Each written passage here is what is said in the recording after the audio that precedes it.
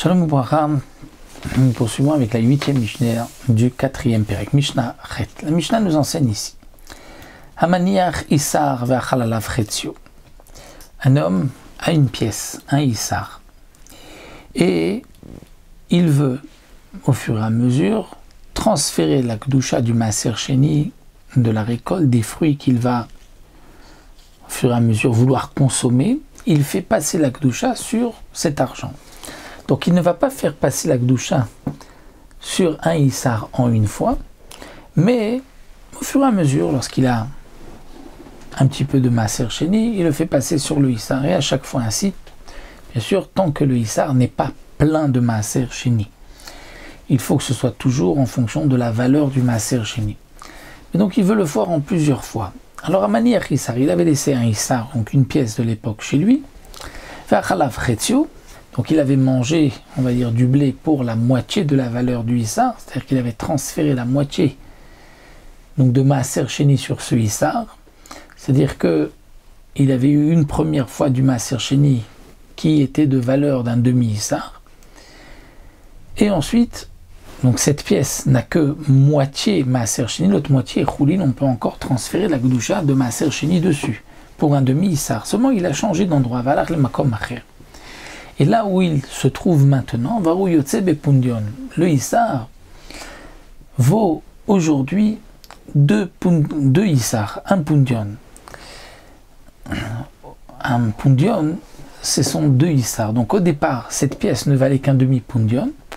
Maintenant, la pièce vaut deux Isar.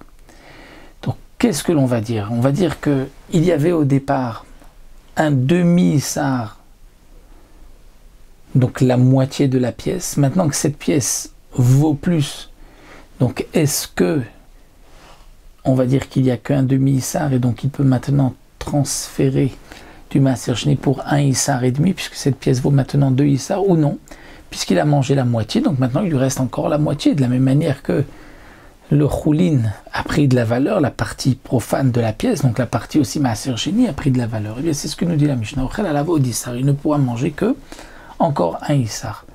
Donc on considère qu'il avait fait passer la moitié seulement de la valeur de la pièce. Maintenant que cette pièce vaut deux fois plus, eh bien le Maaser Sheni a pris de la valeur et le Choulin a pris de la valeur. Il lui reste encore toujours la moitié de la pièce, mais cette fois-ci un Isar. Maintenant le cas inverse. Amaniach Pundion, sur quelqu'un qui a laissé une pièce d'un Pundion. Et de ce Pundion qui valait deux Isar, il a transféré pour la moitié, pour un Isar, pour un demi-Pundion. Donc il y a dans cette pièce moitié Maaser Sheni, moitié qui est encore profane. On peut encore transférer du Maaser Sheni. Vers l'Achle Makom Acher, il va y se rendre dans un autre endroit, dans un autre pays. Vers où Yotse Isar, mais là-bas, le Pundion vaut moins cher, il ne vaut qu'un Isar. Est-ce que il pourra continuer de transférer la Kedusha? On va dire non, mais au départ, il avait fait passer un Isar de Maaser Sheni, donc un Isar de Maaser Sheni, maintenant que la pièce ne vaut qu'un Isar, il n'y a plus de place. Eh bien si, Ochel Alav Hot Plag, il peut encore manger la moitié, c'est-à-dire il peut encore transférer de moitié, puisque au départ, il avait mis la moitié du Pundion, donc moitié de la pièce, maintenant c'est toujours la même pièce, elle a moins de valeur, eh bien on va dire qu'il n'y a que la moitié qui est prise, et l'autre moitié est maintenant libre.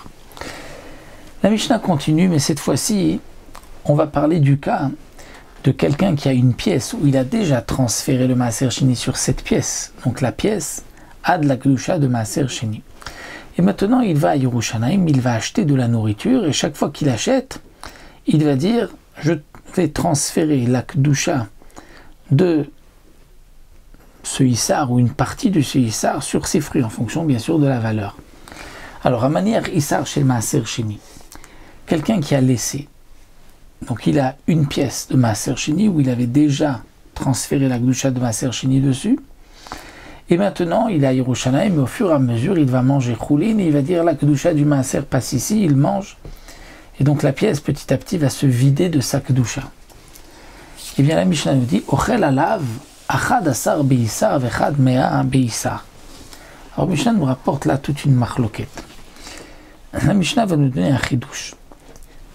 Un Isar de Maaser Sheni. S'il a mangé Ochel alav achad asar beisar, alors le Barthénois nous explique que il y a d'abord donc un compte de Achad Asar Beissar, Achad Mimea Beissar, donc un Achad Asar Beissar, un dixième, ou bien un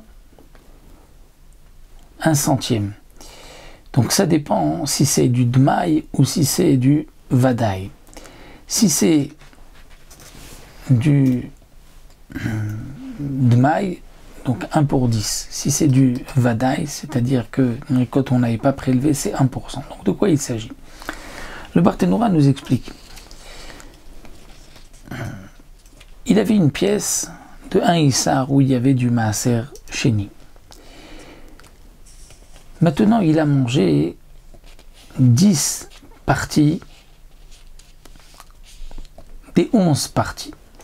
C'est-à-dire qu'avec ce Issar, on pouvait acheter, dit le Barthénoura, 11 grenades. Donc lui, il a mangé 10 grenades. À chaque fois, il a transféré la Gdusha de la pièce. Donc maintenant, combien il reste dans la pièce de Gdushat Maaser Sheni? Il reste 1/11e. Donc il reste, comme nous dit la Mishnah, Achad Asar Beissar. Il nous reste jusqu'à, c'est-à-dire tant qu'il restait 10 sur 11, il a mangé. Maintenant, il reste 1/11e de Maaser Sheni. Et bien, ce 11e de Maaser Sheni s'annule et il devient maintenant, la pièce devient entièrement choulin. Il n'a pas besoin de manger une 11e grenade.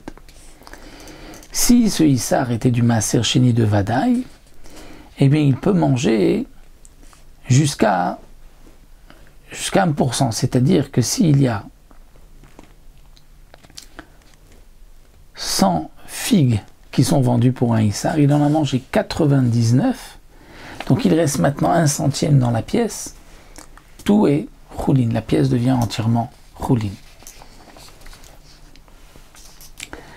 Donc ici, la Mishnah nous dit la chose suivante d'après Tanakama.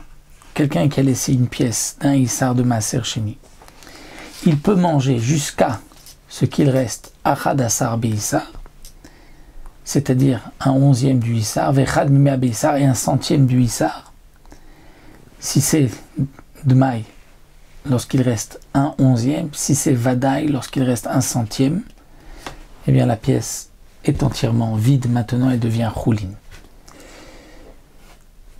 Ici, la Mishnah ne nous explique pas vraiment pourquoi. Nous allons voir par la suite à travers Bet Shammai et Bet Hillel. Bet Shammai Yomri Makol Asara. Pour Bet Shammai, non, il n'y a pas de différence. Que ce soit une pièce de Maaser Sheni de Dmaï ou une pièce de Maaser Sheni de Dmaï, il pourra manger tant qu'il lui reste 1/10. C'est-à-dire que si avec cette pièce on peut acheter 10 grenades, il en a mangé 9, il reste donc 1/10, tout devient choulin.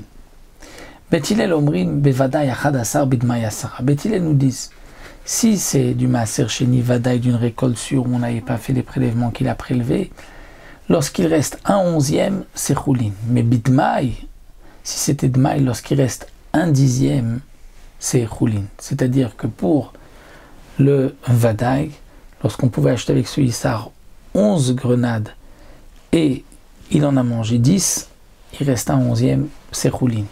Dans le Dmaï, si on pouvait en acheter 10 de grenades ou d'un autre fruit, prendre 10, et qu'il en a mangé 9, donc dès qu'il reste 1/10e, tout devient choulin. Alors la raison de Bet Hillel nous explique ici, d'après le Barthénoura, c'est que moins que Shavé Prouta, on n'en tient pas compte, ni par rapport au din du Gezel, du vol, ni pour le din de celui qui profite du Hekdesh.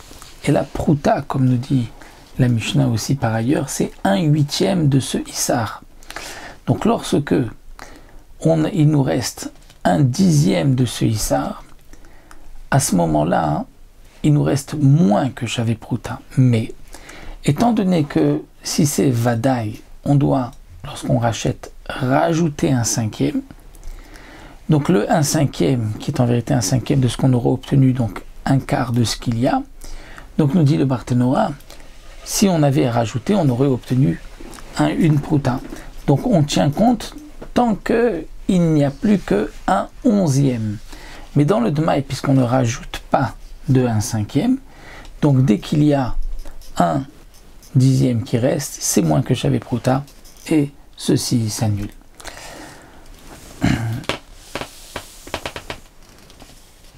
Donc juste une autre petite précision, c'est vrai que normalement, lorsque on a de l'argent de Maaser Sheni et qu'on va transférer maintenant sur de la récolte ou sur de la nourriture, on ne rajoute pas 1/5e. Donc quelle est cette notion de 1/5e dont nous parle ici le Barthénora? Donc là, il faudrait expliquer que c'est par rapport au 1/5e que d'habitude on rajoute. Les Khamim ont vu dans cela donc une manière de calculer, une sorte de xéra. Mais pour ne pas, comme disent mes farshim, qu'on risque ensuite de se tromper par ailleurs. Mais c'est vrai que dans ce cas-là, on ne rajoute pas 1/5e. Quelle serait donc la notion de 1/100e que nous avons vu plus haut? Eh bien, 1/100e, c'est par rapport donc au bitoul, que généralement la terouma s'annule dans 1/100e. Peut-être qu'il y aurait aussi une notion ici du maaser qui s'annulerait lorsqu'il y a 1/100e. Et donc, lorsque le chiffre qu'on a retrouvé 1/10e ou 1/11e, ça dépendrait aussi si on tient compte du chomesh du 1/5e ou pas. Donc là, on comprendrait la marloquette des Tanaïm ici. Donc, ce qu'on retient, c'est Beth Hillel, qui est le plus simple. Si le Maaser Sheni était Vadaï, donc lorsqu'il reste 1/11e, tout s'annule. Lorsque c'était Dmaï, donc lorsqu'il reste 1/10e, même ce qui reste, qui était Maaser Sheni, perd. Donc ça va le Maaser Sheni, tout devient roulé.